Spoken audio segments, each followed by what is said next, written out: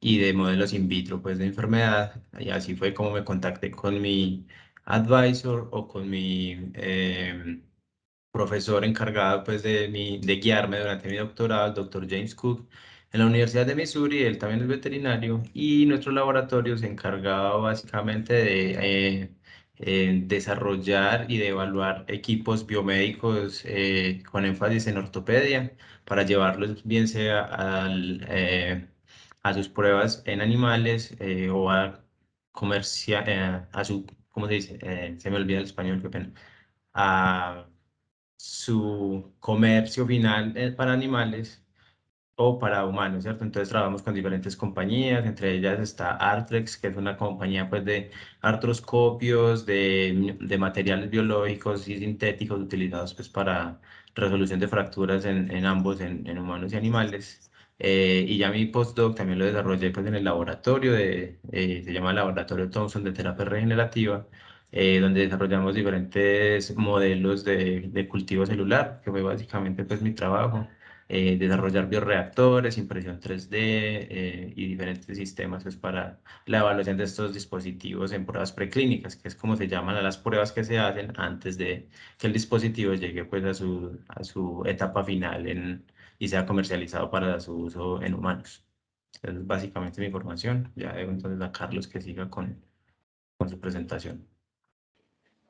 Buenos días para todos, mi nombre es Carlos Fontanilla. Les agradezco de antemano pues la invitación a participar en este espacio, a contar algo de las experiencias que hemos recogido durante estos años. Yo soy ingeniero de pregrado y también pues hice mi maestría en ingeniería industrial. Antes de comenzar antes de vincularme al programa de doctorado, trabajé por alrededor de 9 años en el sector agrícola, específicamente con palma de aceite, en el Centro de Investigación de Palma de Aceite de Colombia. Allí pues tenía básicamente dos líneas de trabajo. Una era eh, identificar formas alternativas para mejorar la eficiencia de la mano de obra, y la otra era análisis económico de los proyectos de investigación y adopción de prácticas agrícolas. Después pues me vinculé a mi programa de doctorado en economía agrícola. Ahí básicamente estuve trabajando en diferentes frentes. Uno de ellos era como identificar oportunidades agrícolas para la Orinoquía, y también pues mi tesis de doctorado estuvo relacionada con cambios de uso de suelo, el entendimiento de estrategias para la gobernanza de bosques, y también la evaluación de instrumentos de instrumentos de política pública para la disminución del impacto que pueden tener las carreteras en el cambio de uso de suelo, deforestación y gases de efecto invernadero. Actualmente estoy trabajando con la Universidad de Tennessee. Estoy haciendo una estancia postdoctoral, eh, y aquí pues trabajo con las cadenas de abastecimiento para la producción de combustible de avión sostenible a partir de biomasa leñosa. Entonces, pues es un honor nuevamente para mí estar con ustedes y compartirles mi experiencia. Mi nombre es Juan Manuel Rodríguez, yo soy biólogo marino de la Universidad Jorge Tadeo Lozano. Hice una maestría en el Centro Interdisciplinario de Ciencias Marinas, en manejo de recursos marinos. Esto queda en México, es un instituto adscrito al Instituto Politécnico Nacional. Y actualmente me encuentro finalizando mi doctorado en la Universidad de Carolina del Norte. Esto es un programa de ciencias marinas, como becario Fulbright MinCiencias. Soy el director de ciencias de una organización colombiana que se llama Just Sea Foundation. Básicamente lo que hacemos es, por medio de investigaciones científicas, tratar de conservar y proteger especies de megafauna. Estos son tortugas, tiburones, aves, en el Pacífico de Colombia y Panamá, con una estrecha relación con comunidades pesqueras, también teniendo en cuenta como el bienestar de estas comunidades y trabajando de la mano con ellos. Ah, también estoy como colaborando con la Unión Internacional para la Conservación de la Naturaleza, específicamente en el grupo de especialistas de tortugas marinas. Allí funjo como el vicechair regional para el Pacífico Oriental. Es un trabajo que se hace con investigadores,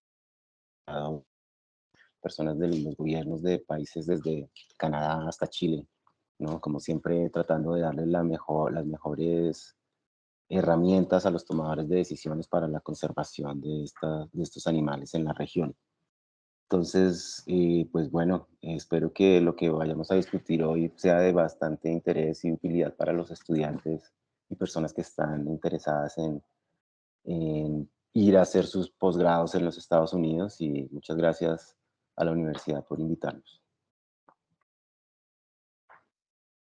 Bueno, entonces esos son básicamente los perfiles de todos nosotros, y lo siguiente que vamos a hacer es hablar un poco sobre la beca Fulbright. Entonces vamos a cubrir algunos aspectos importantes como qué es la beca, qué cubre, cómo se obtiene la beca y algunas preguntas adicionales. Entonces, empezando con la primera pregunta de qué es la beca Fulbright. La beca Fulbright es básicamente un programa de intercambio cultural y académico que le permite a muchos estudiantes hacer estudios de maestría o de doctorado, y en muchos casos también estancias cortas de investigación. ¿Qué cubre la beca Fulbright? Básicamente, bueno, cubre toda una serie de gastos importantes, pienso yo, cuando uno está tratando de aplicar a un posgrado o una oportunidad educativa en los Estados Unidos. Y entre eso está, por ejemplo, el costo de aplicación a las universidades, que muchas veces cuesta $100, $150. Entonces, ellos cubren alrededor de 5 aplicaciones, que ya eso suma más de $500, que es importante ese tipo de ayuda y de apoyo. También cubre, por ejemplo, la traducción de las cartas de recomendación. Cuando ustedes aplican a un posgrado, siempre les van a pedir 2 o 3 cartas de recomendación. Si las piden en Colombia, probablemente se las van a dar en español, ¿cierto? Entonces la traducción ellos la pueden cubrir. Luego está también el costo de los exámenes de GRE y TOEFL, que son básicamente para probar la suficiencia de inglés en cuanto al TOEFL, y el GRE, que es un examen como de conocimientos básicos de lectura, habilidades analíticas de matemáticas, álgebra y ese tipo de cosas. Y también cubre en muchos casos un curso de inglés preacadémico, en el caso en el que los aplicantes tienen un TOEFL por debajo de 100, que digamos, pues lo que se necesita normalmente mínimo es 80, pero digamos que si uno está por encima de 100 ya se considera que pues lo habla el idioma como bastante bien.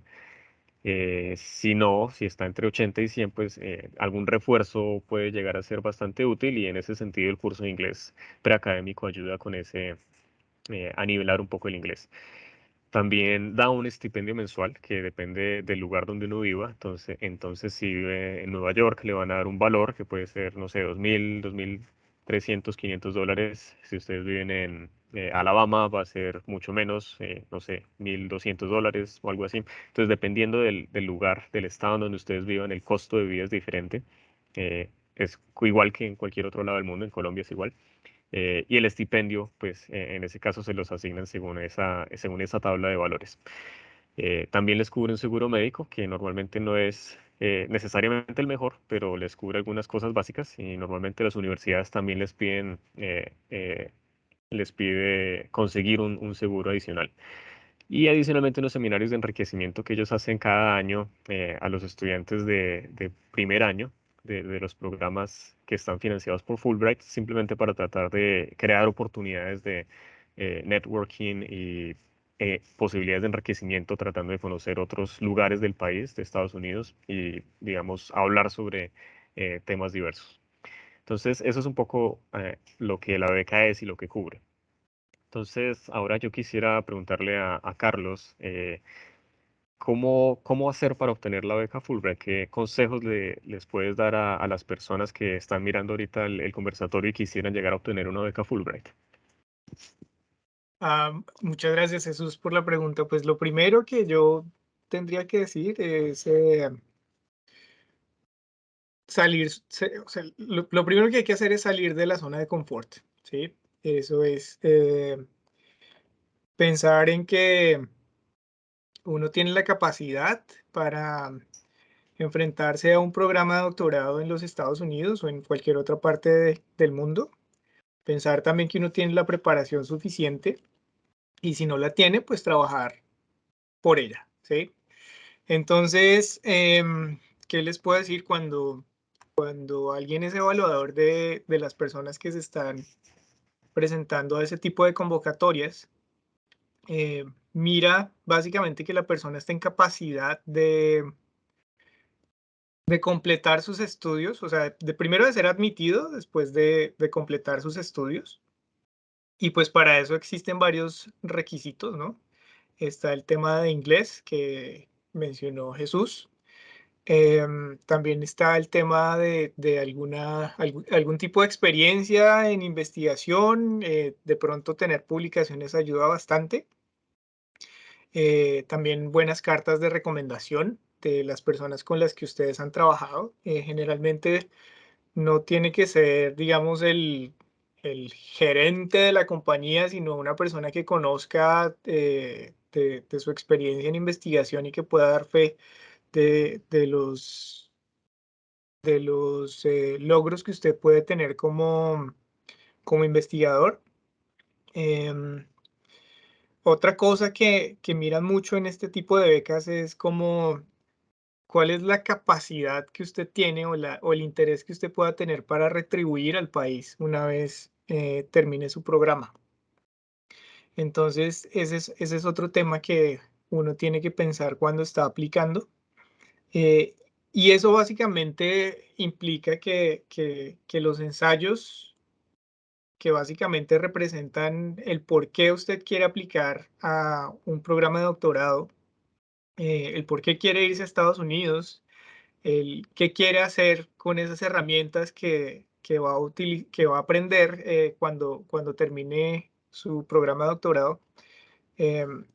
Básicamente todas esas respuestas tienen que estar orientadas a cómo usted puede llegar a retribuir al país o a su área de estudio, a su campo, cómo usted se va a beneficiar de eso y cómo va a beneficiar a las personas en su entorno o en su área de trabajo. Pienso yo que la experiencia profesional y académica es clave, pero al mismo tiempo el tema de tomar la iniciativa para hacer contactos con profesores afuera también ayuda bastante. Entonces, el mejor consejo que les puedo dar yo es no tener miedo, créanse el cuento que ustedes son capaces y apliquen. Si no aplican, pues no, nunca van a saber. En mi caso, yo apliqué 3 veces y la tercera vez fui seleccionado como becario. Entonces, no se desanimen si la primera vez les dicen que no. Vale, gracias Carlos. Esos consejos yo pienso que son muy útiles definitivamente para ayudarles a construir un perfil y obtener la beca, que es lo que, digamos, todos buscamos.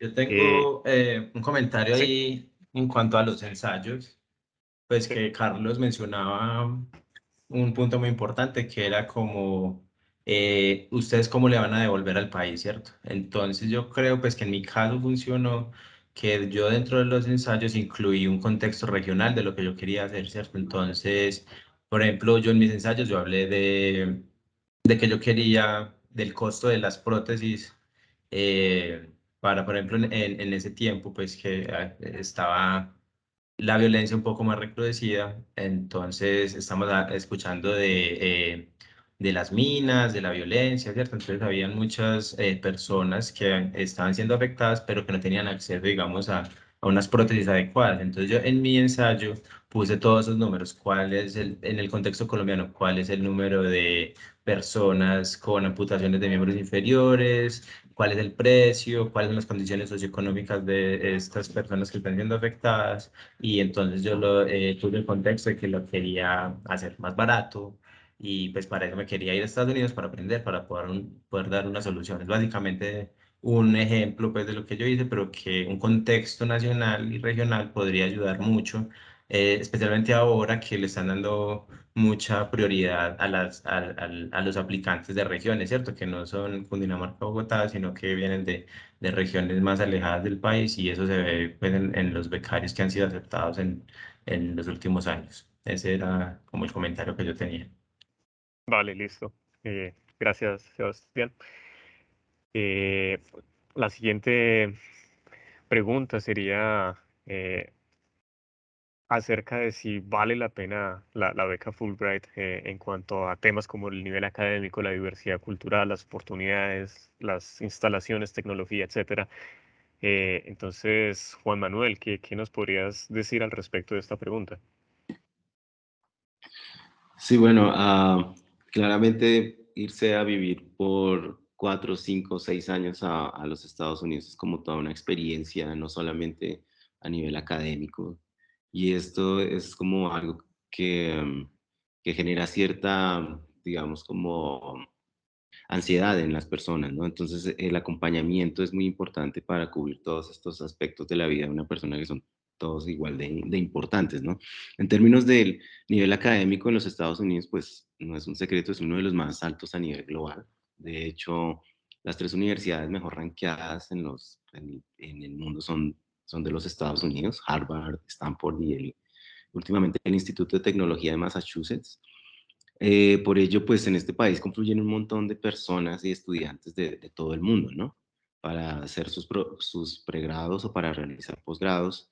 Y pues esto también a las personas que vamos a estudiar allá, pues nos da una experiencia multicultural que es un valor agregado inmenso, ¿no? Estamos aprendiendo no solo de nuestras áreas de estudio, sino también de muchísimas culturas y la forma y cosmovisión que tienen las personas en los diferentes lugares del mundo es bien distinta y bien enriquecedora también aprender de ello.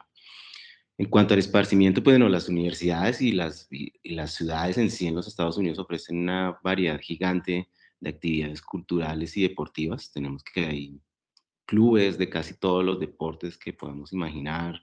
Hay muchos museos, hay muchos conciertos, teatro, etcétera. Siempre hay, y lo bueno es que pues siempre hay descuentos si contamos con nuestro carnet de estudiantes, ¿no? Bueno, en mi caso yo viajé a los Estados Unidos con mi pareja y con mi hijo que en ese momento tenía 4 meses, ¿no? El acompañamiento del departamento de la comunidad universitaria, así como del departamento de estudiantes internacionales fue crucial para nuestro asentamiento, digamos, allá en términos de conocer los centros de atención médica, jardines infantiles, encontrar una casa cerca de la universidad, pero que sea una zona residencial, ¿no? Familiar, ¿no? Porque hay muchos barrios de estudiantes que son muy divertidos, pero no es para un niño, ¿no? Ni para una pareja que necesita dormir en las noches. Entonces, todo este acompañamiento que da las universidades es muy importante porque ellos tienen en cuenta como las necesidades de cada persona según su realidad y pues intentan ayudar en lo que más se pueda y siempre, y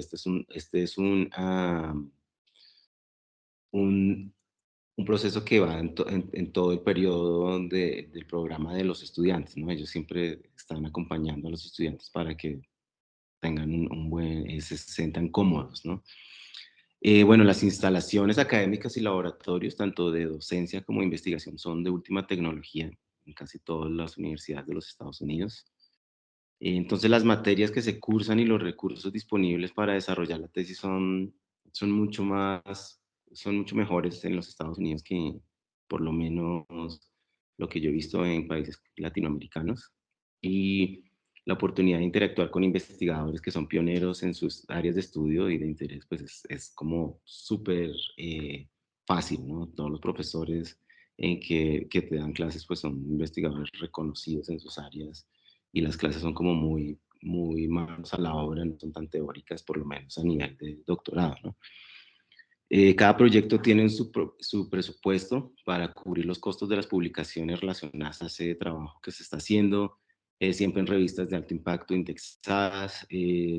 Están en auge estas revistas que son de libre acceso, entonces publicar en estas revistas es costoso, pero las universidades y los proyectos en sí siempre tienen un rubro para cubrir esto. Entonces eso es importantísimo porque los artículos van a estar disponibles para cualquier persona que esté interesada en leerlos, solo los buscan en internet y ya. Y pues por último las pasantías y estancias postdoctorales, pues la cantidad de oportunidades es enorme. Los estudiantes de posgrado no solamente realizan, por ejemplo, doctorado para dedicarse a la academia, ¿no? En los Estados Unidos, como que no solamente una persona que tiene doctorado se piensa que va a ser profesor en una universidad, sino que se puede dedicar a diferentes aspectos digamos, en la industria, ¿no? Entonces hay un montón de oportunidades para hacer estancias, tanto postdoctorales como pasantías, ¿no? Incluso en instituciones y agencias del gobierno, pues se tiene contemplado tener profesionales con ese nivel académico. Entonces, a mí me parece que es buenísima esa oportunidad, si se tiene tiempo, ¿no? Hacer un doctorado es un trabajo de tiempo completo, incluso en vacaciones, o sea, no hay vacaciones, pero si se tiene el tiempo y se ha elaborado en que quepa hacer unas estancias, pues buenísimo. Bueno, definitivamente de acuerdo con lo que dice Juan Manuel. El apoyo es impresionante. Yo vivo en una casa como University Halls o algo así, residencias universitarias que son subsidiadas por la misma universidad y digamos que son automanejadas por miembros de la comunidad universitaria y los costos son muchísimo más bajos y eso ayuda muchísimo. Y en términos de las posibilidades de pasantías y hacer posiciones postdoctorales también, las oportunidades se notan y son bastante, dan bastante, digamos, alegría, digamos, poder tener ese apoyo que no siempre se tiene. Vale, entonces la siguiente pregunta sería en términos de el regreso. Entonces, primero, la beca Fulbright exige volver a Colombia, sí o no, y si sí, entonces, ¿cómo es ese regreso y cuál es la experiencia? Entonces, Sebastián, que justamente regresó hace poco, hace unos meses, nos puede ayudar con esta pregunta. Listo. Bueno, entonces para esto, recordarles pues que yo estuve en Estados Unidos 6 años, 4 años de doctorado, 2 años de postdoc, así que el regreso pues después de estar lejos tanto tiempo no es fácil. Entonces uno de los consejos es mantenerse conectado con sus instituciones académicas y con otras instituciones académicas para facilitar, digamos, pues como la transición. Entonces, cuando ustedes se van para Estados Unidos, ustedes se van bajo una visa J1, que es de intercambio. Entonces ustedes firman un compromiso de que tienen que volver por 2 años, eh, pero no necesariamente tienen que volver, digamos, pues obligados. Ustedes pueden volver bajo la condición de condonar. Entonces el modelo de Fulbright es un préstamo condonable, ¿cierto? Que es, a ustedes les pagan el 100% del programa, pero ustedes tienen que cumplir unas actividades de investigación y de extensión mínimas para poder condonar. Entonces, han habido cambios en esos requisitos, digamos, casi que anuales, pero hace 1 año, 2 años ya quedó un documento donde los requisitos están exigidos por MinCiencias, que es el caso de nosotros. Nuestra beca fue Fulbright MinCiencias para doctorado. Entonces nosotros estuvimos 4 años en el exterior y tenemos que cumplir ciertas actividades de investigación. Entonces, entre ellas están artículos, por lo menos publicación de 3 artículos mínimo en cuartil.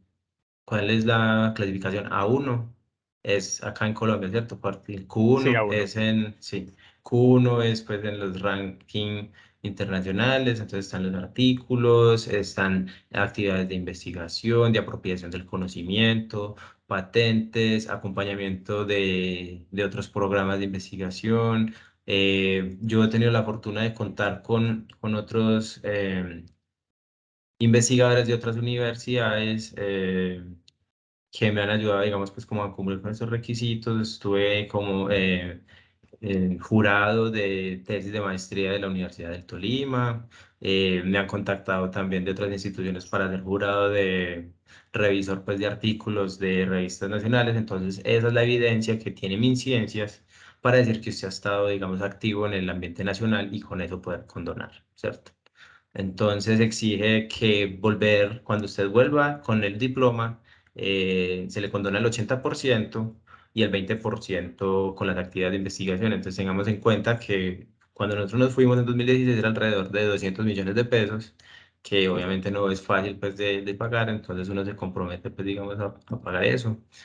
Solamente con graduarse y volver, esa condonación, el 80% de esa condonación queda como libre y es un poco más fácil en caso pues de que pase lo peor y no se puedan cumplir las actividades de investigación, que es muy bajo el porcentaje de participantes que no condonan, la gran mayoría pueden condonar pues sin problema, ¿cierto? Eh, Esos 2 años que uno se devuelve es primero para condonar y segundo para que usted pueda volver a Estados Unidos, ¿cierto? En una visa de no inmigrante, puede ser para estudios o puede ser para trabajo, ¿cierto? Pero si no vuelven a Colombia esos 2 años, entonces no pueden aplicar a esa visa. Pueden aplicar a visa de turismo, pero no de trabajo. Entonces, en mi caso, por ejemplo, mi hijo nació en Estados Unidos, entonces es, digamos, pues como su país y nosotros queremos dejar ese vínculo, entonces queremos pues estar viajando, entonces para eso queremos pues obviamente condonar y dejar pues todo claro. ¿Cómo preparar el regreso? Pues en mi caso, como yo les contaba, yo había estado muy conectado con algunas instituciones nacionales. Entonces ahí empezamos pues a organizar pues como una pequeña comunidad. De hecho, Fulbright nos ayuda a organizar comunidades en Facebook. Ellos tienen una plataforma que se llama Fulbright Network.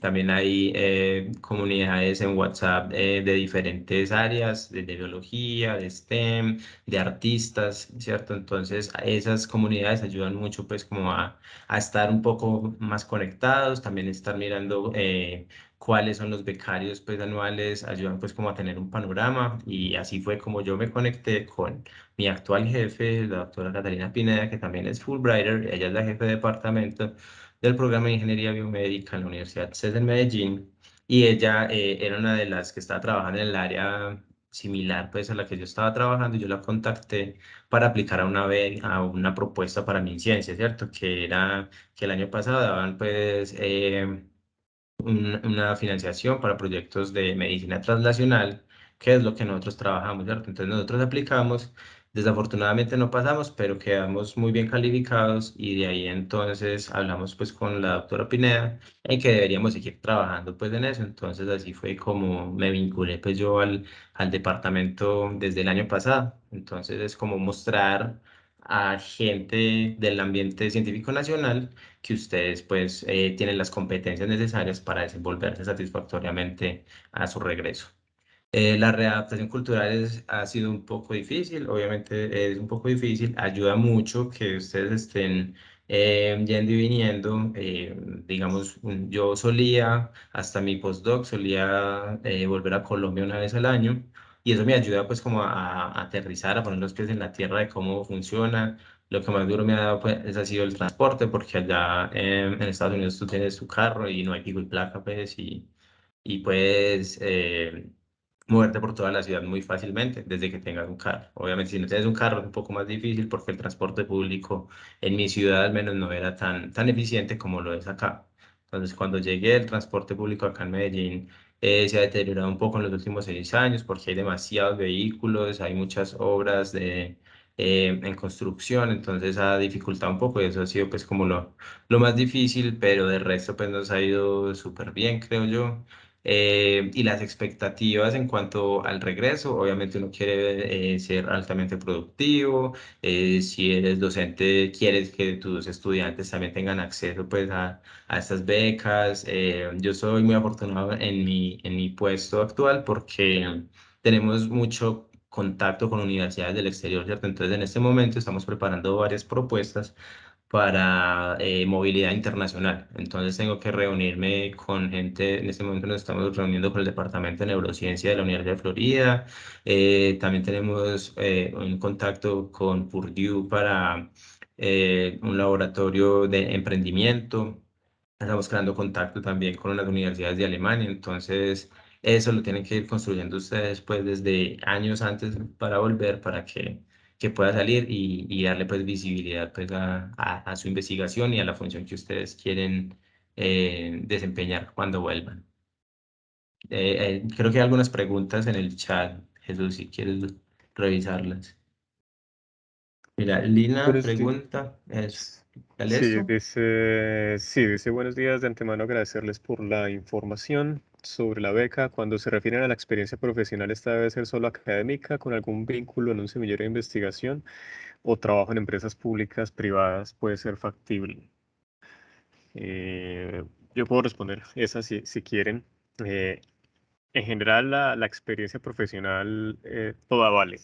No importa que sea académica, no importa que sea en la industria privada o con empresas públicas o privadas, toda es válida. Lo importante de la experiencia es mostrar que uno tiene ciertas habilidades, digamos que conoce de pronto ciertas técnicas de análisis, es algo que uno puede mencionar, ciertas capacidades de gestión, de recursos, de gestión de investigación, de pronto de también haber ayudado a ya sea estudiantes, si uno está en el área académica o a otros empleados, digamos, a aprender nuevas cosas. Esa parte de la mentoría es muy importante ponerla dentro de una aplicación y en cuanto a la experiencia.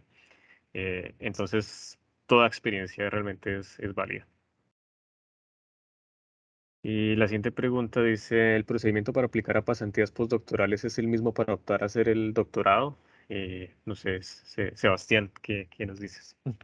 Bueno, ahí cuando hablamos de pasantías postdoctorales nos referimos a algo que denominamos OPT, que es, digamos, pues el periodo después del doctorado, te dan de 2 a 3 años para realizar una estancia que esté relacionada con tu investigación. Puede ser en una compañía o puede ser en una institución académica como una estancia postdoctoral, ¿cierto?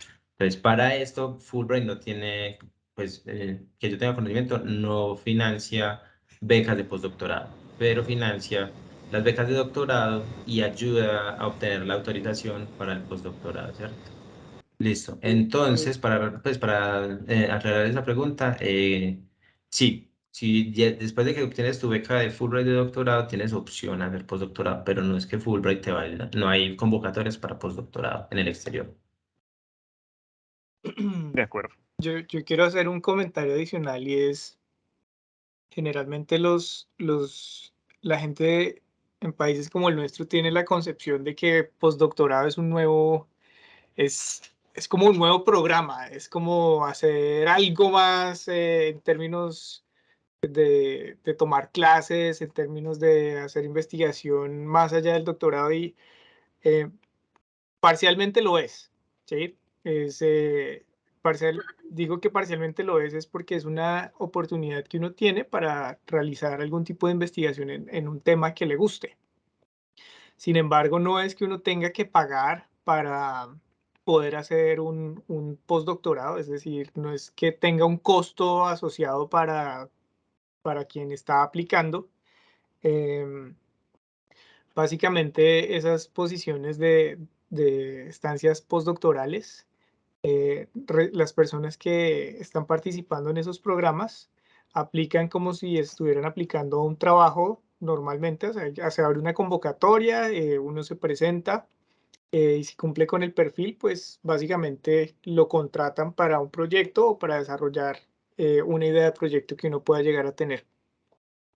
Entonces, es como una oportunidad laboral para seguir afianzando destrezas en investigación, es lo que yo diría sobre un postdoctorado. Sí, y bueno, también para complementar, si bien Fulbright no ofrece becas para postdoctorados, sí ofrecen becas para investigadores visitantes, ¿cierto? Entonces, si tú estás dentro de tu doctorado y tienes una parte de tu proyecto que necesita, no sé, un equipo, un reactivo específico que solo lo consigues en una institución en Estados Unidos, puedes aplicar una beca de Fulbright y te puedes ir para allá por, creo que son 6 meses, haces tu estancia doctoral y luego ya puede hacer tu estancia postdoctoral, pero eso ya se define pues dentro de los términos de inmigración, ya no sería con Fulbright, pero Fulbright sí financia estancias doctorales, no postdoctorales. De acuerdo. Eh, bueno, siguiendo más después un poco o más allá de la beca Fulbright, también quisiéramos hablar un poco sobre el sistema educativo que hay tanto en Colombia como en los Estados Unidos para ver un poco los paralelos que hay y las diferencias y discutir un poco sobre esas diferencias que yo creo que es algo enriquecedor. Entonces, en cuanto a los pregrados, por ejemplo, en Colombia, ustedes van a encontrar que, bueno, existen carreras técnicas tanto en Colombia como en Estados Unidos, que son de 2 años. En Estados Unidos le llaman Community College. Y también existen algunas carreras tecnológicas, bueno, en Colombia, que duran 3 años y algo similar, pero diferente, que son las trade schools en Estados Unidos, que muchas veces son programas de menos de un año. Entonces, el paralelo no es exacto. Hay universidades también privadas y públicas en los dos países. En Colombia, el costo de esas universidades públicas depende del estrato socioeconómico y también la forma en la que se calcula el costo depende del departamento. O sea, la Universidad Nacional tiene un sistema, la Universidad del Cesar tiene un sistema, la del Magdalena tiene otro sistema. Entonces depende, pero en general varía según el estrato socioeconómico. Y las privadas pues cobran lo que quieran o lo que el mercado les permita. En cuanto a Estados Unidos, ustedes van a encontrar algo bien curioso y es que las públicas tienen un sistema que se llama In and Out of State Fees, que son como impuestos o costos dentro y por fuera del estado.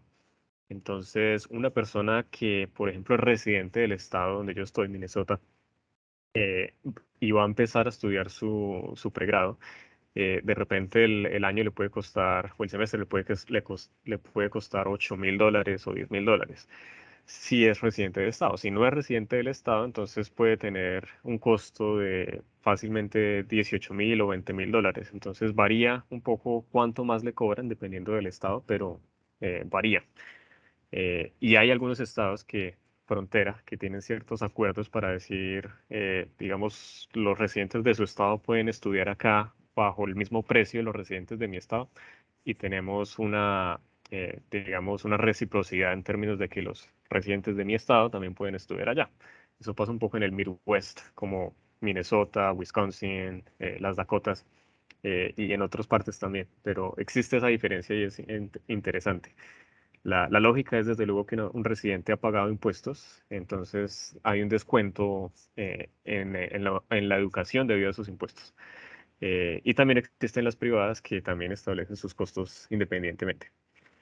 Otra de las diferencias interesantes es que en Colombia ustedes van a ver que uno estudia su carrera, la escoge desde un comienzo. Entonces yo empecé a estudiar química en la Universidad Nacional y no fue que luego más adelante de haber empezado escogí química, sino ya de entrada apliqué a química y esa fue la carrera que estudié.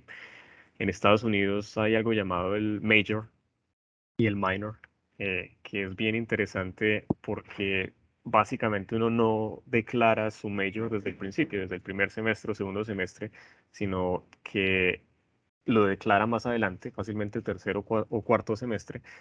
Y luego de ese tiempo inicial en el que ven materias de diferentes cosas, pueden ser, por ejemplo, un bachelor en ciencias, y luego el tercer semestre escoger, bueno, yo quiero biología o química o estadística o lo que sea. Entonces, pues es interesante y además ustedes les van a preguntar así no vengan a estudiar un pregrado. Normalmente cuando se conocen con la gente les van a decir cuál es tu major. Entonces, pues es bueno saber de qué están hablando. Y el minor es como una disciplina adicional de estudios, ¿cierto? Como unas optativas que uno ve, que toma unos cursos en ello, pero no son súper profundos. Entonces van a encontrar cosas bien curiosas como que una persona puede tener un major en ciencias ambientales, por ejemplo, química o algo así, y un minor en japonés o alemán o algo completamente no relacionado. Entonces es bastante interesante. Otra diferencia importante es la duración del programa, que en Colombia es de 4 a 5 años, y normalmente 5 años para las carreras de ciencias, al menos en la nacional y en otras universidades, carreras como química, biología y otras similares son siempre de 5 años. En Estados Unidos son de 4. Es muy raro que sean, bueno, no pasa que sean de 5. Si son de 5 es más una cuestión del estudiante, pero los programas están diseñados para ser de 4 años. Eso está cambiando en algunas partes en Colombia. Yo sé que la Universidad de los Andes lo está haciendo y tal vez otras, pero las universidades públicas, hasta donde yo sé, no lo están haciendo. Y otra diferencia interesante es el requerimiento de tesis o monografía que se pide en Colombia y en Estados Unidos no se pide eso, solamente cursar materias y ya está. Entonces esas son algunas de las diferencias interesantes que cabe la pena mencionar entre los sistemas en Colombia y en Estados Unidos a nivel de pregrado.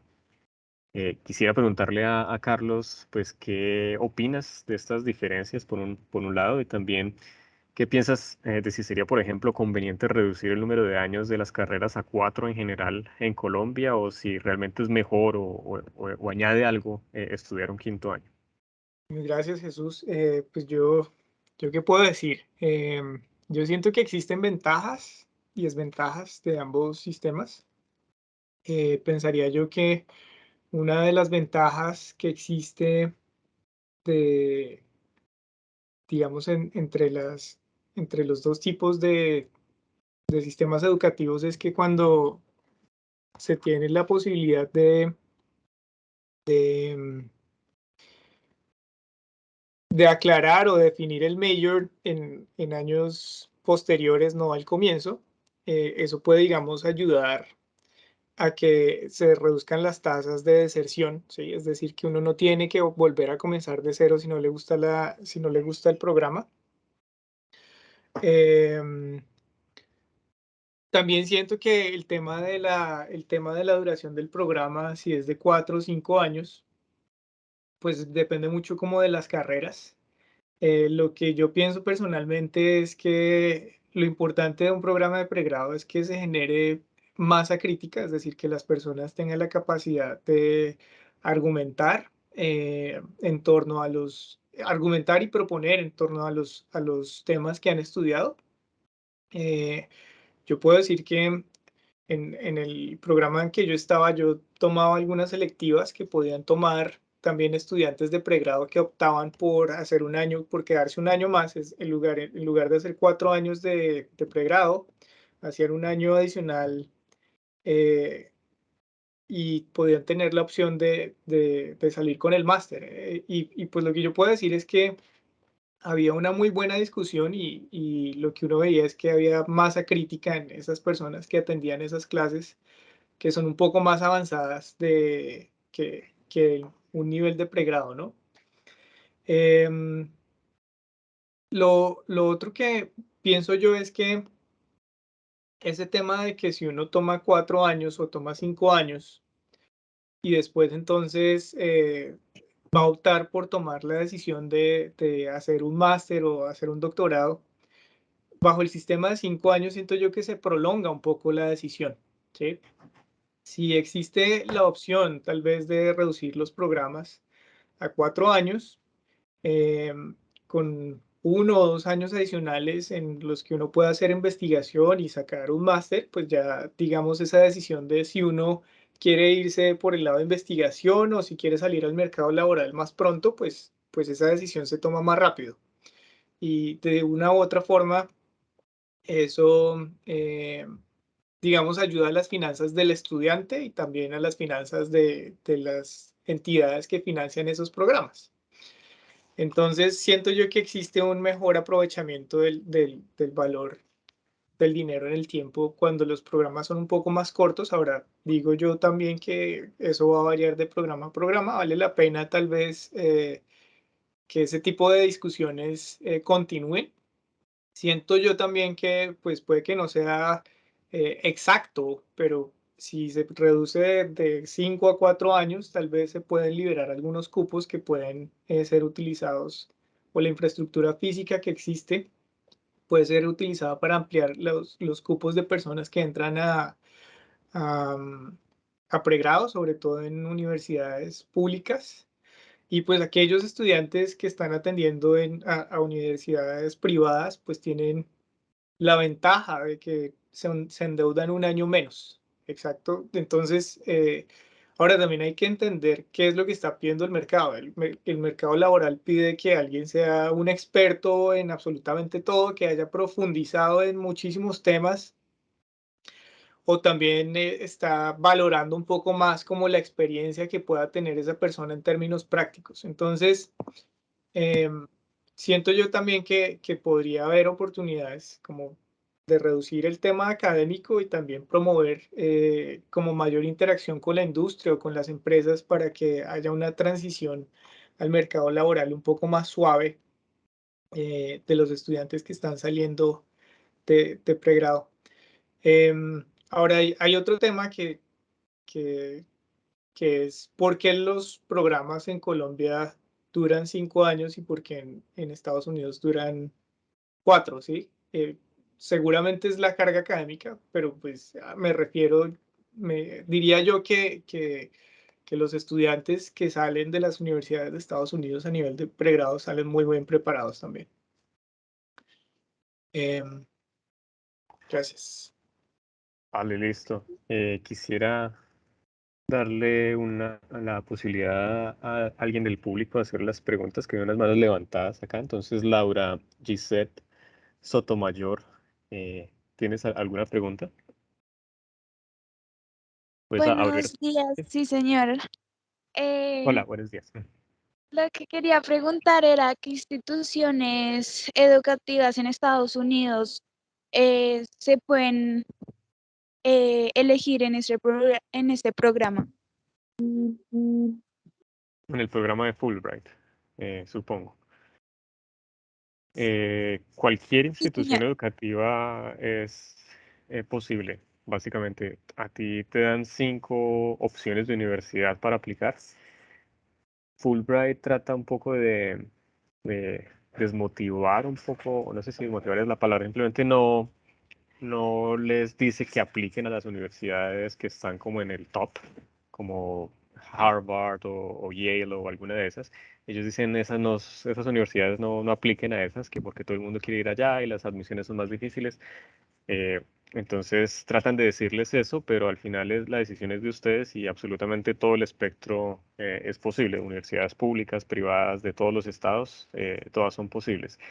Hay unas limitaciones más en términos de MinCiencias, porque la beca es Fulbright MinCiencias, entonces MinCiencias sí pide que la universidad a la que uno va sea parte de las 500 primeras universidades en el ranking de Shanghai, o al menos así fue cuando yo me presenté. No sé si habrá cambiado, pero creo que no.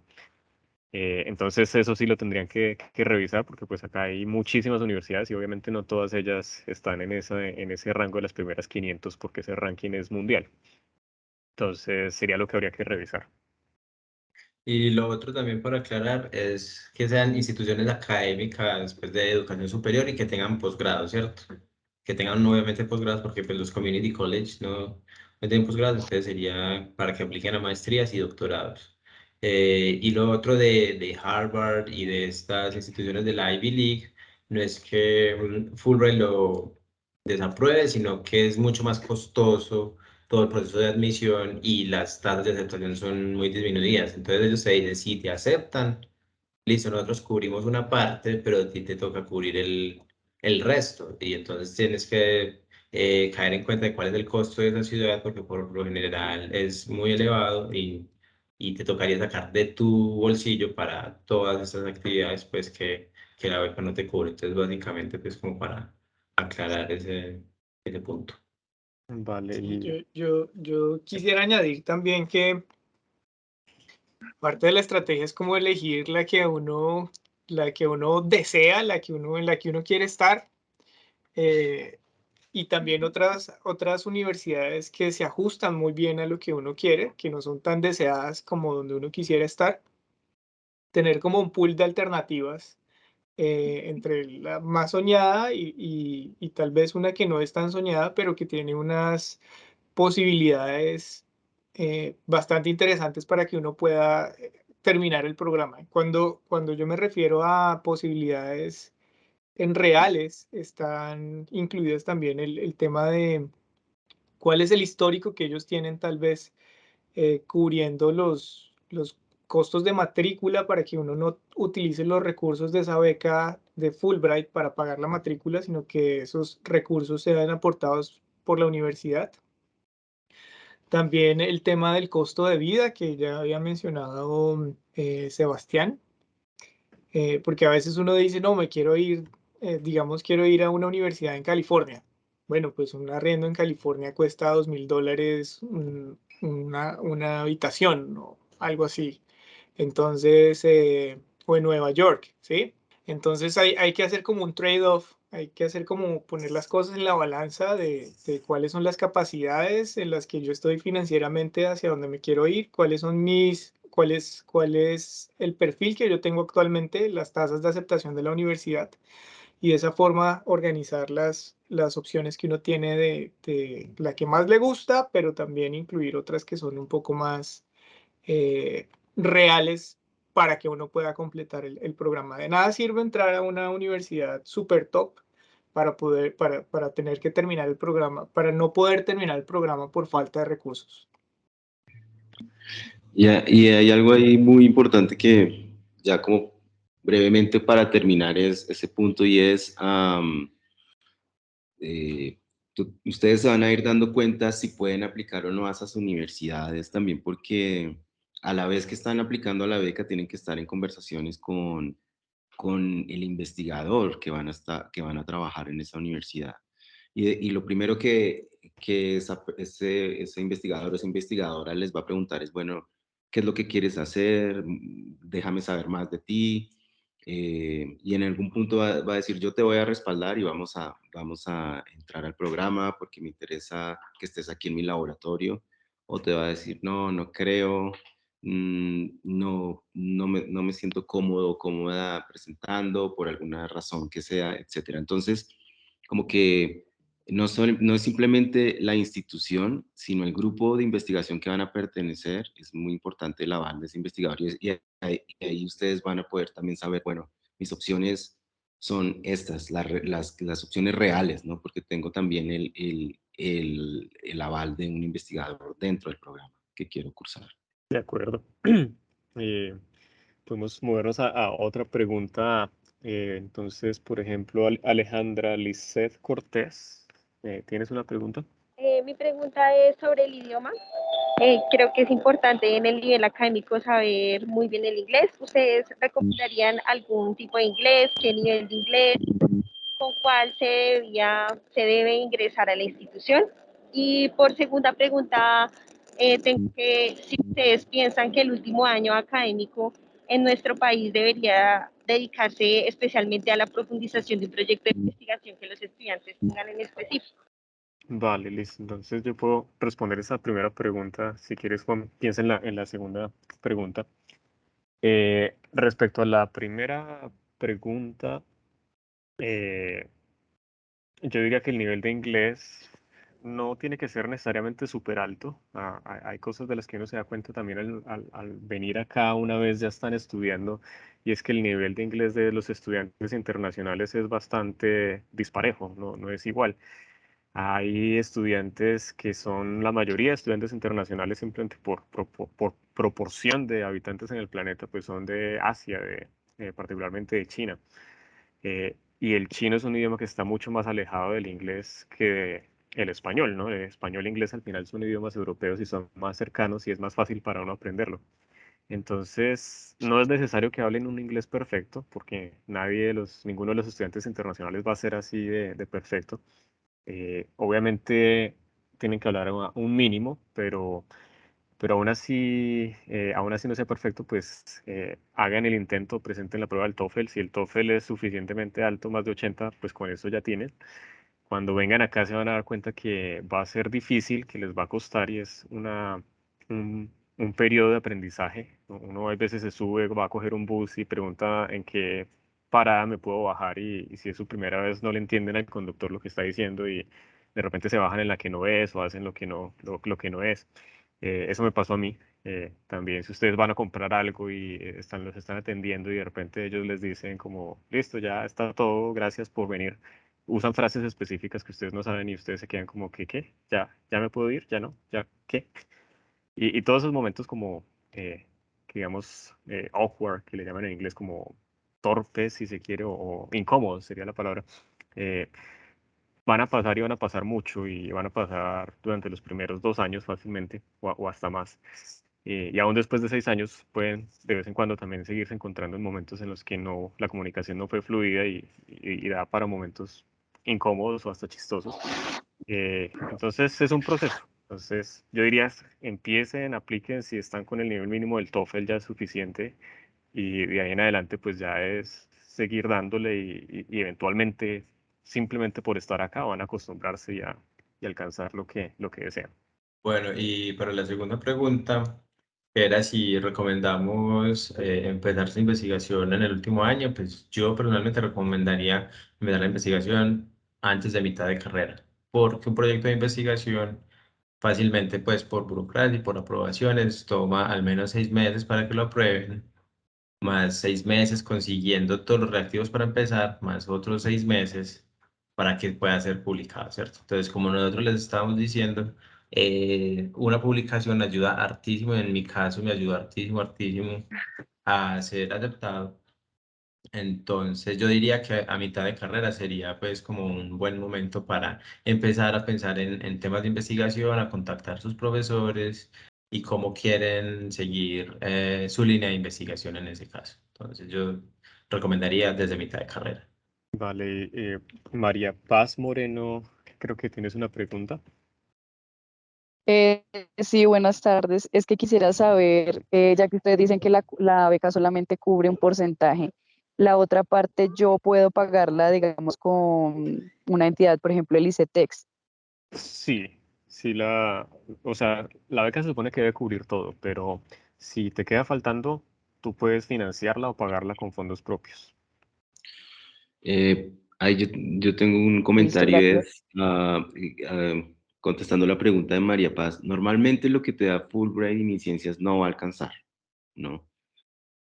¿Qué es lo que pasa? Y vuelvo como a mi respuesta anterior, cuando un investigador o un profesor en esa universidad te dice, vamos a trabajar juntos, es porque esa persona también te va a representar en la universidad para que la universidad cubra la otra parte que te hace falta. Normalmente eso es lo que ocurre. Hay una negociación entre Fulbright y las universidades para que el estudiante no tenga que pagar nada, ¿vale? Y entonces ahí entran los compromisos. Bueno, te vas a graduar en 4 o 5 años, Fulbright pone tanto, la universidad o el departamento pone el otro tanto para que ningún estudiante, o yo no sé, yo no he conocido ningún estudiante de doctorado que haya tenido que poner dinero de su bolsillo, pero de pronto me estoy equivocando, pero estoy seguro que por lo menos los que estamos acá, no, eso no ocurrió.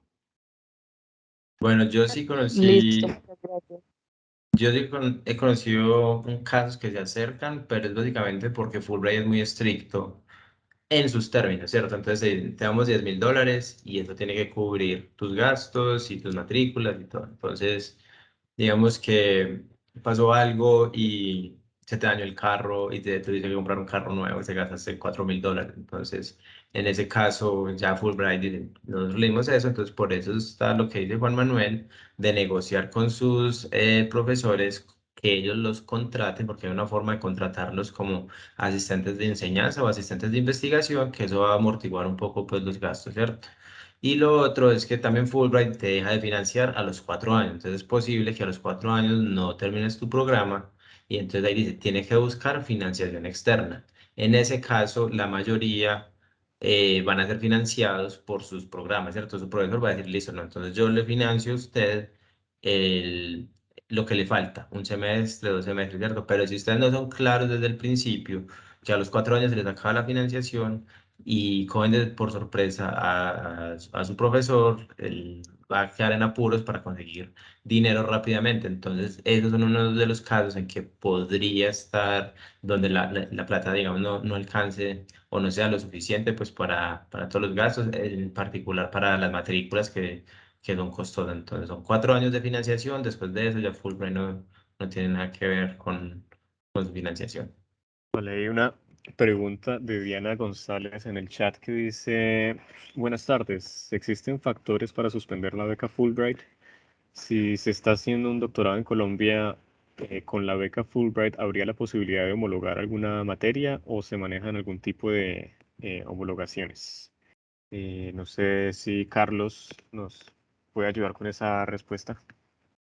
Sí, definitivamente tú puedes homologar hasta cierto tope de créditos en los programas. Tal vez eso puede variar de programa a programa, pero si has cursado, digamos, algunas materias de maestría que sean equivalentes o de doctorado que sean equivalentes. Allá son como por niveles, entonces creo que son las nivel 500 y 600 son las de posgrado. Entonces si has cursado como materias que se puedan homologar dentro dentro de tu, ¿cómo se llama eso? Currículum, no, plan de estudios, dentro de tu plan de estudios, entonces lo puedes hacer. Pero eso va a depender también de cada uno de los departamentos. Y eso ayuda un montón. Yo conozco casos exitosos en los que en los que personas lo han logrado y inclusive se han podido graduar en menos de 4 años. Yo tengo también comentarios ahí puntuales brevemente. Existen factores para suspender la beca Fulbright. Yo creo que es básicamente que tu profesor no tenga quejas de ti, ¿cierto? Entonces, que tu desempeño sea el ideal, y el ideal quiere decir que saques buenas notas, A, mínimo B, no creo que se puedan sacar C, pero en caso de que se saque C, digamos que se puede, digamos, hablar. eh, pero se espera pues que siempre apruebes los cursos con una buena nota, serían los únicos factores, y que tengas una buena relación con tus docentes, porque los docentes en la plataforma van a enviar un reporte a Fulbright de que todo está saliendo pues con lo esperado, ¿cierto?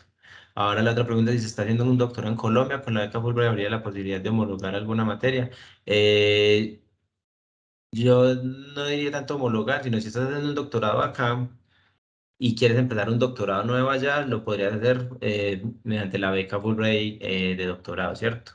Eh, pero ya sería de tu institución homologar las materias cuando vayas a empezar allá para que no te toque ver, digamos, esas materias. Y ya la otra opción es terminar tu doctorado acá y aplicar a una beca de Fulbright, pero de pasantía o de estancia de investigación. Esa sería básicamente pues como la homologación, pero yo sé que sí se pueden homologar, por ejemplo, materias de maestría, por si si se repite, digamos, yo vi biología molecular en mi maestría y en mi segundo semestre de doctorado veo biología molecular otra vez, yo la puedo homologar. Entonces, eso se habla pues entre las instituciones, pero es básicamente eso. Vale, hay otra pregunta que dice, ¿cuál creen que es la principal limitante de los estudiantes para que no puedan acceder a la beca?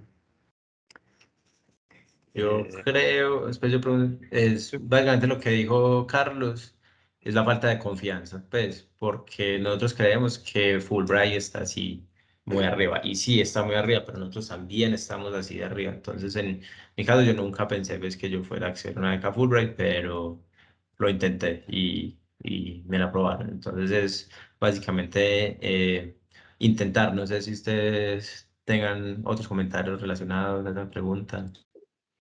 Sí, yo no lo llamaría una limitante, pero sí hay unos requisitos muy claros, ¿no?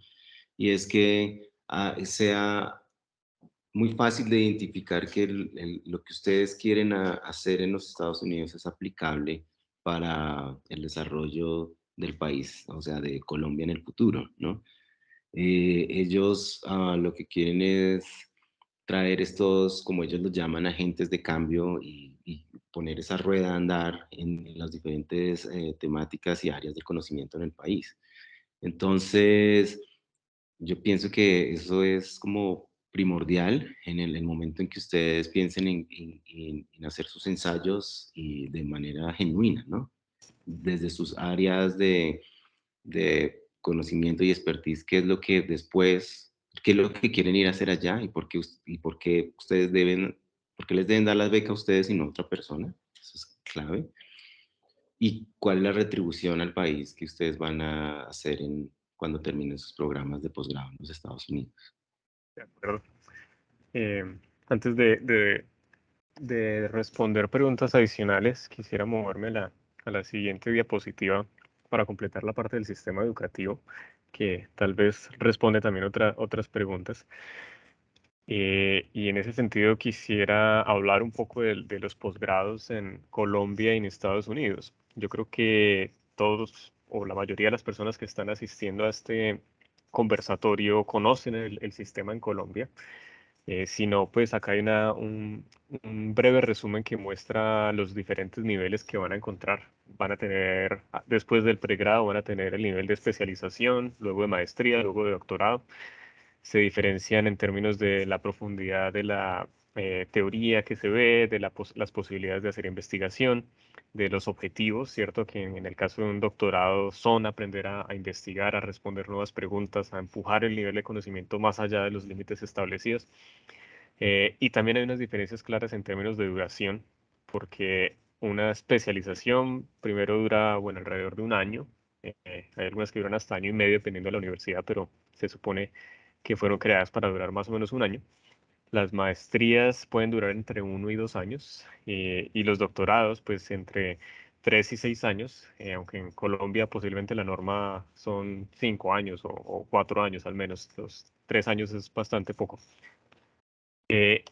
Y en ese sentido, quisiera yo preguntarle a Juan, primero si los modelos son iguales en Colombia y en Estados Unidos, si tenemos esos mismos 3 niveles, si tenemos las especializaciones o algo equivalente en Estados Unidos.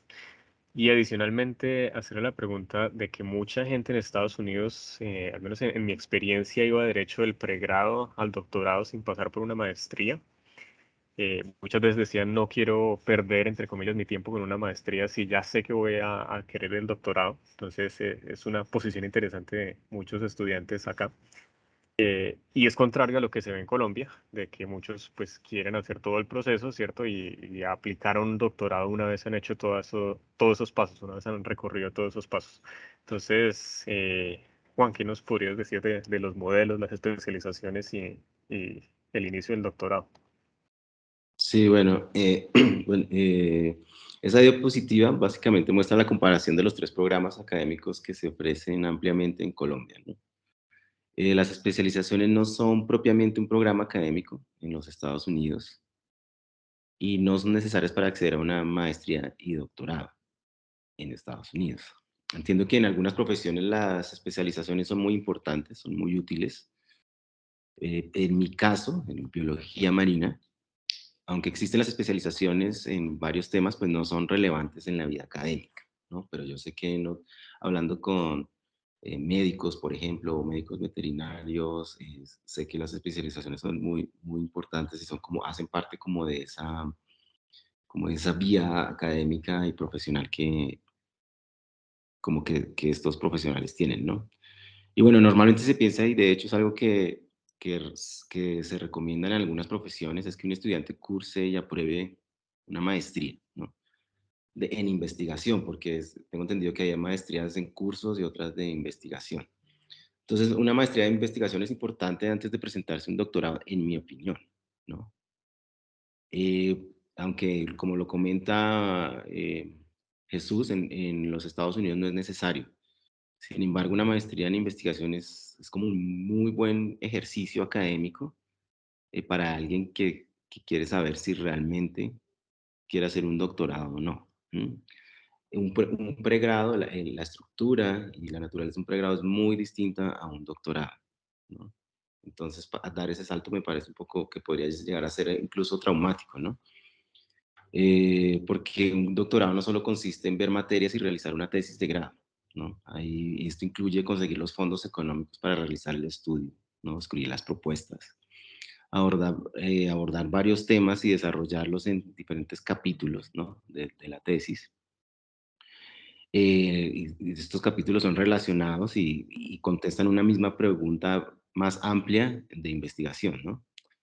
Adicionalmente, tenemos que presentar un examen predoctoral, el cual consiste en tener una visión amplia y crítica de un área en particular de la ciencia.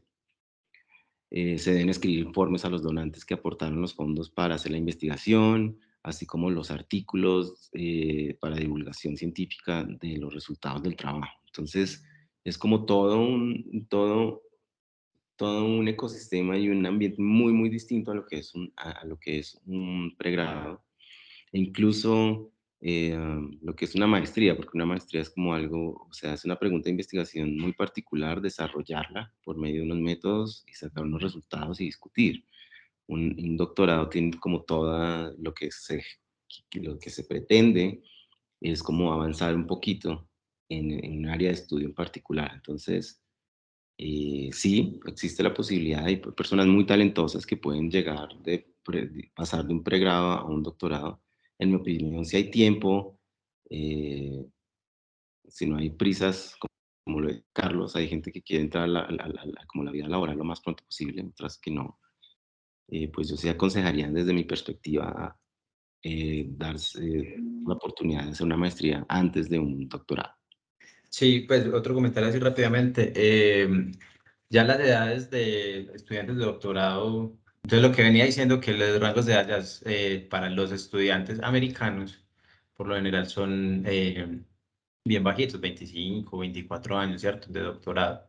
Pues también hay otros que van a maestría precisamente porque no saben muy bien si el doctorado va a ser lo de ellos, por lo que decía Juan Manuel, que pueden no cumplir sus expectativas. Entonces también conozco casos de estos estudiantes muy jovencitos que abandonaron su doctorado porque les ofrecieron un puesto en una compañía, en una industria. Pero entonces eso depende de ustedes y saber, pues, que, o sea, ustedes pueden terminar su pregrado y si tienen el perfil para Fulbright, tienen publicaciones, tienen un nivel de inglés que los pueden admitir, tienen las cartas de admisión, las cartas de recomendación, eh, háganle, métanse a Fulbright. Pero que sepan que después de que Fulbright les desembolse, usted les va a tocar pagar eso si, en caso de no terminar, ¿cierto? Entonces, es tener muy claro pues, lo que quieran hacer y cómo se ven ustedes en un futuro a corto o mediano plazo. De acuerdo. Para un poco cerrar con el tema del sistema educativo y luego volvemos a las preguntas del público. Desafortunadamente el tiempo nos queda corto para hablar de todo esto, pero quisiera cerrarlo del sistema educativo también un poco hablando de los sistemas de evaluación, porque también van a encontrar algunas diferencias allí interesantes. La escala, por ejemplo, de calificación en Colombia, todos la conocen, es de 0 a 5, es una escala numérica. En Estados Unidos ustedes van a encontrar que siempre les van a preguntar sobre algo que es el GPA, que es el promedio, pero tiene una forma de calcularse bien particular, porque cuando ustedes toman clases, básicamente las clases normalmente van de 0 a 100%. Y luego cada profesor establece de manera autónoma, no es algo general, no es una regla, qué significa A, qué significa B, bueno, A menos, B más, B menos, etcétera, etcétera, hasta la letra F. Entonces, unos dicen, no, A es de 95 para arriba, otros dicen, no, A es de 93 para arriba. Y así sucesivamente cada quien escoge su escala. Y luego de eso, pues entonces esa A que ustedes van a obtener en su calificación de la nota final va a ser nuevamente transformada a un número de 0 a 4, que es el que ustedes ven aquí en la figura, que es A igual a 4, A menos igual a 3,7, etcétera, etcétera. No sé por qué lo hacen así, parece como innecesario de alguna manera hacer esas dos transformaciones, ¿cierto? Numéricas, pero así es como lo hacen. Eh, Otro aspecto interesante es el número de materias que ustedes van a encontrar que en el doctorado en Colombia, dependiendo de dónde lo hagan, puede ser fácilmente 4 a 8 materias. Materias disciplinares, específicamente hablando, no los seminarios de investigación y todo eso que como que entran ahí, ¿cierto? Y cuentan, pero pues no son materias con un tópico específico. Mientras en Estados Unidos van a haber muchas más materias. Normalmente son de 10 a 15, también depende del programa, pero son regularmente más que en Colombia. Y otra diferencia es que la pasantía internacional es requerida en Colombia, mientras que en Estados Unidos, pues la verdad no es necesaria y la mayoría de personas que yo he conocido acá estudiando doctorado, pues no la han hecho. De pronto uno de 5 o más que he visto, digamos, haciendo el doctorado al mismo tiempo conmigo. Entonces, quisiera preguntarle a Sebastián, primero, pues, ¿cuál fue tu experiencia con el sistema de evaluación? Segundo, ¿por qué crees que se tienen a ver más materias en Estados Unidos en muchos programas? Y si te daba tiempo para investigar y acabar en 4 años teniendo que ver tantas materias. Listo, esa pregunta es muy interesante porque uno, pues como estudiante internacional, no está muy familiarizado pues con el sistema americano. Para la admisión a Fulbright, cuando yo apliqué, exigían un promedio de 3.8, ¿cierto? No sé si todavía es el promedio, el cual yo cumplía. Entonces, básicamente para que le pongan pues Creo que es atención de a su 3.2 en realidad. Bueno, en términos de GPA, en pero GPA, pero sí, sí, sí. en el sistema de evaluación colombiano era de mínimo 3.8. Entonces, para que le pongan atención a ustedes, para que no bajen, no se descuiden con esas materias ya finalizando.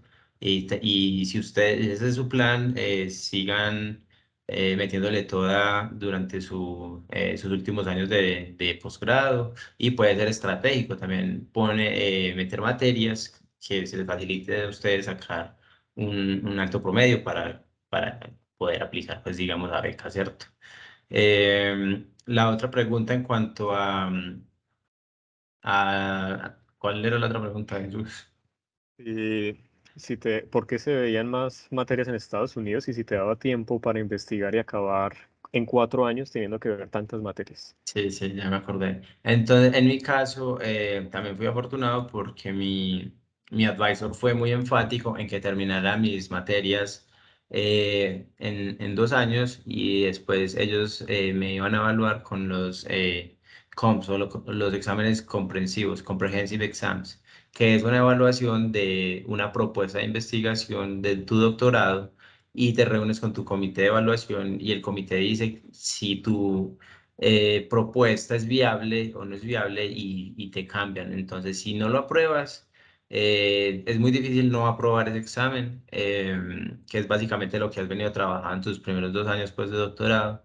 Y es básicamente el comité se reúne a decirle, listo, él sí tiene idea de lo que está haciendo, su proyecto va de acuerdo con lo que nosotros lo hemos evaluado, y entonces él puede, ya siendo aprobado, puede dedicarse de tiempo completo a su investigación. Entonces, en mi caso, me dieron todo el tiempo los primeros 2 años para terminar estas materias, y también estando pues en el laboratorio avanzando en mi investigación. Entonces, otro consejo es empezar su investigación desde el primer día que lleguen allá, para que no les vaya, digamos, pues a coger la tarde, pero a partir del segundo año, en mi caso, y de que aprueben sus exámenes comprensivos, ya ustedes están de tiempo completo en su investigación, les quedarían 2 años solamente para terminar su investigación, para publicar, y recuerden que el proceso de publicación puede tomar entre 6 meses, un año. Entonces tener muy en cuenta pues todos esos tiempos, pero sí es viable el número de materias, pero tienen que manejar muy bien sus horarios. A veces estamos metidos en el laboratorio durante el verano, durante el invierno, para hacer que esto para que todo salga pues de acuerdo al plan, pero es de ustedes básicamente. Sí, yo quisiera adicionar que muchas veces a ustedes les van a dar unas becas de pronto de investigador asistente o de profesor asistente, que en teoría les dicen que deben trabajar 20 horas a semana. Bueno, no es así, ¿no? Realmente uno no trabaja 20 horas a semana, trabaja más de 40 horas a semana y eso pues es una realidad porque es investigación, ¿no? Muchas cosas no les van a dar a la primera, entonces toca volver y repetir y volver a planear y volver y repetir. Entonces yo he conocido casos de estudiantes acá diciendo o discutiendo con sus advisors como que, pero se supone que son 20 horas a semana, no debería yo venir tanto al laboratorio. Eh, y se forman ciertas fricciones a veces por ese tipo de cosas, pero pues pasa y digamos, pues ustedes son al final los autores principales de su proyecto más allá de su advisor y digamos esa parte de su carrera es lo que define lo que viene después. Luego pues es algo que deben tener en cuenta también y de saber manejar un poco esa frustración es importante. Bueno, y Eh, también la cultura del trabajo en Estados Unidos, pues que se ve como valioso si tú trabajas muchísimo. O sea, si te ven trabajando mucho, para algunos es muy bueno, más que todo para los que tienen advisors, pues no viejos, sino más mayores, pues que se han criado dentro de la cultura del trabajo fuerte.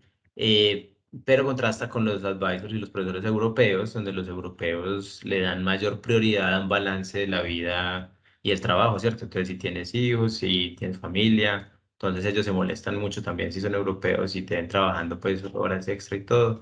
Entonces, es como un balance también cultural, y que hay que tenerlo pues en cuenta en ese caso, pero lo que sea para que puedan terminar sus proyectos dentro del plan especificado con su profesor es valioso.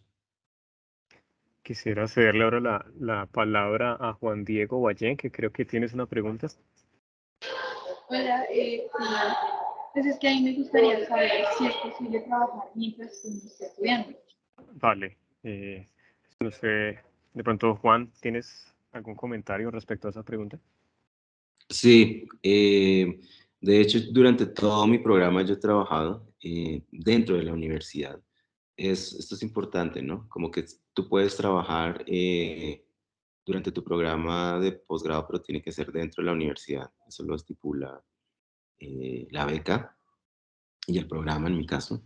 Y yo he sido asistente de profesor, digamos, de todo mi programa. Entonces yo lo que hago es básicamente darles la parte del laboratorio a los estudiantes que están cursando la materia de biología, y esto me da un dinero extra mensual que es pues súper valioso y súper pues necesario, ¿no? Pero entonces, en mi caso, pero entonces pues tienes que tener en cuenta que es bastante tiempo, son trabajos de medio tiempo, 20 horas a la semana, en las que en mi caso yo le doy clases a 2 grupos, cada uno de 24 estudiantes en promedio a la semana, y eso es entonces 48 informes y 48 quizzes semanales para calificar, más preparar tus clases, más todo, ¿no? Y contestar correos, porque son 40, bueno, no son las 48 personas, pero sí son varias personas escribiéndote correos todas las semanas, haciendo preguntas, tienes que tener horas de oficina para atenderlos también. Entonces, sí es posible, pero pues hay que estar bien organizados, porque además de eso, lo más importante que estás haciendo es tu trabajo doctoral, ¿no? Como que ese es el principal objetivo, y ahí si te queda tiempo para hacer otras cosas, pues lo puedes hacer, pero lo más importante siempre va a ser cumplir con tu programa y disertación y tesis doctoral. Bueno, finalmente tenemos otro par de preguntas en el chat. La primera es de Laura Liliana, que pregunta si la beca Fulbright también cubre el trámite de la visa. La respuesta es sí, sí lo cubre. Ellos cubren todo el costo, organizan las entrevistas y tienes un acompañamiento completo de parte de Fulbright para eso. Y es bastante útil.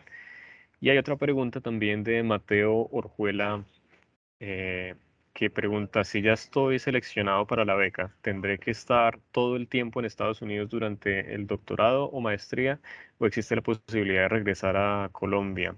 Entonces, Carlos, ¿qué dirías a esa pregunta? Pues yo podría decir que todo depende de... Yo siento que la experiencia de Fulbright o la experiencia de estudiar en Estados Unidos tiene que tener un balance. Entonces uno podría, digamos, dedicarse todos los veranos, podría dedicarse todos los, digamos, todos los recesos universitarios a trabajar, pero siento yo que también hay que tomarse tiempo para uno, y el tema de poder regresar a ver a la familia, o tal vez invertir algún tiempo libre en realizar otro tipo de actividades, viajar por los Estados Unidos es muy valioso. Entonces sí se puede, ahí generalmente los, hay 3 periodos académicos: está fall, spring y está summer. Generalmente el periodo del summer es un periodo largo donde uno puede o avanzar en su research, o tal vez puede tomarse un tiempo para unas cortas vacaciones.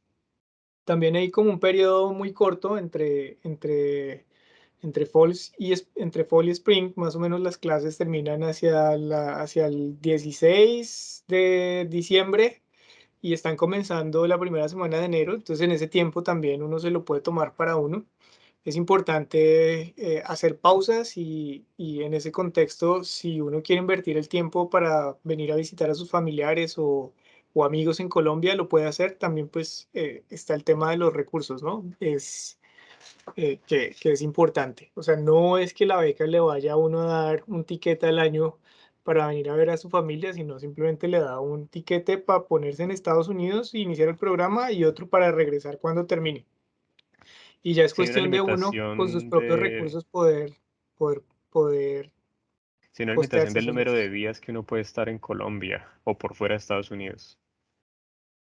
No me acuerdo No. exactamente cuántos meses son, pero si hay un Creo número que, 30 de... días, sí, ¿cierto? creo Juan, que creo si que uno Juan va a sabe un estar poco. por más de 30 días, tiene que pedirle autorización a Fulbright.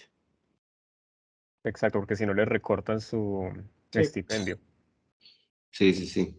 En mi caso, por mi investigación que fue en Colombia y en Panamá, con mucho campo, yo duraba en promedio hasta 3, 4 meses fuera de los Estados Unidos. Y le tenía que pedir, pues le tenía que informar a Fulbright a través de la SPAO, que es la agencia en los Estados Unidos que maneja a los becarios Fulbright de MinCiencias por lo menos. Y eso tiene también que estar avalado por su advisor y el departamento, ¿no? No es solamente como que yo voy a estar 4 meses fuera y ya, sino pues tiene que tener como todas algunos requisitos en que su director de tesis diga, sí, efectivamente él va a estar o ella va a estar trabajando en la parte de campo de su tesis o va a estar haciendo una estancia en otro país por 6 meses, lo que sea, pero todo tiene que ir como muy sustentado dentro de lo que es el cumplimiento del programa de doctorado. Exacto, sí. Entonces, bueno, como les decía, desafortunadamente nos queda pues corto el tiempo para abordar todos los temas que teníamos planteados, que queríamos hablar un poco también del sistema investigativo y laboral, pero ya estamos justamente un poco pasados las 12:30. Entonces, no vamos a alcanzar, pero desde luego les agradecemos inmensamente la oportunidad por habernos permitido realizar este conversatorio. Esperamos que haya sido de utilidad para todos ustedes, que hayamos respondido varias de sus preguntas y que les hayamos también dado como información que puede ser útil para su carrera en un futuro cercano. Gracias a todos por la invitación. Voy a dejar en el chat, sí, no sé por qué no puedo escribir, pero puedo dejar en el chat mi correo por si tienen alguna inquietud en cuanto al proceso de admisión o si les podemos ayudar en algo. Mi correo es scardona@ces.edu.co. Yo lo puedo escribir, scardona, arroba. ces.edu.co. Sí, nosotros nos encargamos entonces de compartir sus direcciones de correo electrónico para que se puedan contactar directamente. Bueno, ya muchísimas gracias a ustedes por aceptar la invitación de participar y hacer este conservatorio y compartir con nosotros su experiencia, ¿no? De primera mano, y lo cual es ideal para nuestros estudiantes, para que tengan una visión un poco más amplia de cómo poder aplicar este tipo de beca. Es importante también indicarles a los estudiantes que desde el punto de vista de la investigación acá la UTCA les brinda todo el apoyo. Se pueden vincular a los semilleros de investigación. Hace menos de un mes ya tenemos en cada uno de los semilleros se aprobaron una serie de proyectos internos, los cuales necesitamos estudiantes. Esto es una oportunidad que ustedes tienen para ir entrenándose para conseguir, digamos, al futuro, pues, sus primeros papers, ¿no? Nuevamente agradecerle entonces a David, a Sebastián, a Juan Manuel y a Carlos por compartir esa experiencia con nosotros y esperemos contactarlos, puede ser en el futuro para seguir con una serie de este tipo de charlas, ¿no? Vale, muchísimas gracias. Bueno, muchísimas gracias. Reitero el agradecimiento del profesor Juan Alberto Torres. Este conversatorio ha sido bien dinámico. Creo que quedan pues muchas preguntas todavía que esperamos nos puedan acompañar en un próximo evento. A los panelistas, nuevamente gracias por su participación en este conversatorio y por esta valiosa información y recomendaciones que nos han brindado el día de hoy. Sin duda, es de gran ayuda para quienes tienen contemplado acceder a una beca de estudios. Y bueno, como lo han comentado nuestros invitados, creo que esto empieza como una decisión y esa decisión es soñar en grande y no ver lo imposible. Este espacio, además de informarlos, es también motivarlos a dar ese primer paso y no echar en saco roto estas oportunidades que brinda el programa Fulbright y tener en cuenta todos estos tips que nos han dado el día de hoy. Desde la Dirección de Relaciones Internacionales de la UDCA estaremos muy atentos y prestos para brindar todo el apoyo y acompañamiento que requieran para que puedan cumplir esas metas y objetivos de formarse con un perfil internacional. Gracias también al programa de química, al profesor Juan Alberto Torres, por generar estos espacios que son muy pertinentes para contribuir a la formación postgradual de nuestros estudiantes y egresados. Mil gracias.